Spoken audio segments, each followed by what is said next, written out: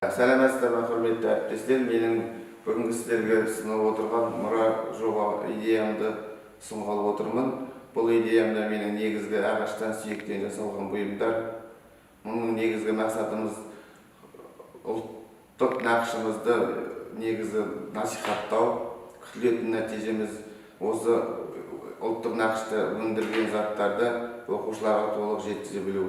Бұл мұра жобасы идеямызда біздің шеберханамызда көптеген материалдармен жұмыс жасалады. Соның ішінде сүйектен жасалған бұйымды таныстырып кетсек, бұл сүйек негізінен қой малының сүйегі, жауырын. Бұл жауырында біз негізі өзіміздің ата-бабамыздың ұлттық нақышта көрсетілген шаңырақ, күн сәулесі бейнесі және де қошқар мүйіз оюын келтірдік. Екінші мәселе неміз ол жамбас сүйегі. Бұл біздің қой сүйегінен жасалған, жамбас сүйегінен жасалған қылқобыз. Бұл қылқобызда біз негізгі көрсеткеніміз ата-бабамыздың негізгі пайдаланған музыкалық аспабының түрі. Бұл қылқобызды жасамас бұрын біз ең бірінші сүйекті қайнатып, жұмсақ күйге келтіріп алып, содан кейін барып кесу жұмыстарын жасаймыз толығымен. Мұнда негізінен өзі ешқандай қиыншылығы жоқ. Қойдың қабырғасы, бұрандасы, одан кейін негізгі шек, содан кейін барып қойдың екінші қабырғасынан істелген бұйымдар. Бізде ата-бабамыз тек қана әшекей бұйымдарды алтын, күміс, басқа да металдардан жасамай сүйектерден де жасап дамытқан. Өйткені онда бізде бұл сүйектер ірі қараның малы сүйегінен және де арнайы тұмар есебіне тағылған, көз түйме үшін арнайы көз салған. Сондықтан біз сүйектен әртүрлі бойтұмарлар жасап жатырмыз. Енді ағаштан жасалатын бұйымдарға тоқталатын болсақ, домбыра. Бұл домбыра негізінен ағаштан жасалған. Бұл балалардың өзінің жеке қолтаңбалары. Әр бала өзі біздің үйірмеге қатысатын балалар осы домбыраны жеке жасап үйренді. Екінші қобыз, қылқобыз да солай. Бұл да ағаштан жасалған. Біз әзірше мұны балаларға өздерінің икемді болу үшін тек қана қарағай ағашын жасап жатырмыз. Екінші, одан кейін бізде тұлпар. Бұл тұлпардың негізгі балалар өздері жеке фанер ағашының кесіп арқылы жинауға жасалған. Мұны тез оңай жинап, оңай бұзуға болады.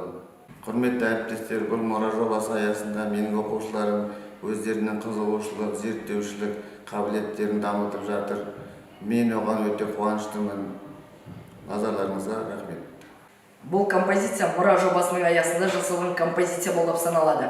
Бұл композицияның аты ғасырлар тоғысында, яғни мұнда бейнеленген тұлпарда, асықта, қара шаңырағымызда және қос біздің ұлттық аспабымыз осы қазақтың тарихымен тығыз байланысқан. Осы аясында біз бұны ғасырлар тоғысында деп атадық. Мұнда берілген біздің асығымыз, яғни қазақтың әр баласы осы асықпен кішкентай кезінде ойнаған. Қазақтың әр баласы да осы асықты білу керек деп ойлаймын. Келесі қазағымыздың қара шаңырағы, яғни қара шаңырақ біздің қазағымыздың бейбітшілігін, ынтымақтастығын білдіреді. Және де астында тұрған қос ұлттық аспабымыз бұл қазақтың зарын, мұңын жырлаған жыршылар, жыраулар осы аспаппен халықтың зарын, мұңын жырлаған. Яғни ортасындағы тұлпар болса, шауып келе жатып артына қарап тұр. Яғни бұл тарихымызды білу, тарихымызды зерттеу, ол біздің басты мақсатымыз деп білемін.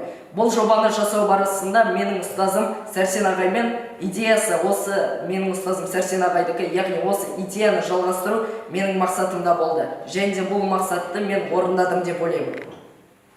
Менің ұсынатын композициям өмір ағаш деп аталады. Бұл атауды қоюыма негіз болған үлкен мәуелі ағаш Бәйтерек. Ол өзінің өн бойына осынау қилы замандарды өткізіп, өткен мен бүгінгі күннің жаршысы болып тұр. Бұл бұйымды таныстыра өтсем, бұл бұйымым жылқының қылынан жасалған болатын. Жылқының қылынан бұйым жасамас бұрын жылқының қылын ең алдымен жуып, одан кейін кептіру керек. Жуып кептіріп болғаннан соң жылқының қылын әр өрімге өріп, осындай тамаша ағаштың бейнесін шығарған болатынбыз. Бұл ағаштың бейнесін шығару үшін ең алдымен желіммен жабыстыра отырып осындай бұйым шыққан болатын. Ал артындағы көрініске келетін болсақ, артындағы көрініс ата-бабамыздың аңға деген кәсібін бейнесін көрсетіп тұр.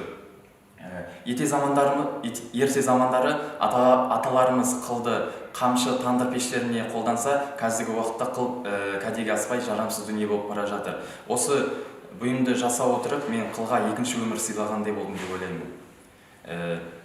Сонымен қатар болашаққа бағдар елбасымыз рухани жаңғыру мақаласында сөзге тиек еткендей бұрынғы салт дәстүрлеріміз бен ұлттық нақышта жасаған бұйымдарымызды насихаттап жаңғырту болатын. Сол озық тәжірибе ретінде мен өзімнің бұйымымды жатқызар едім.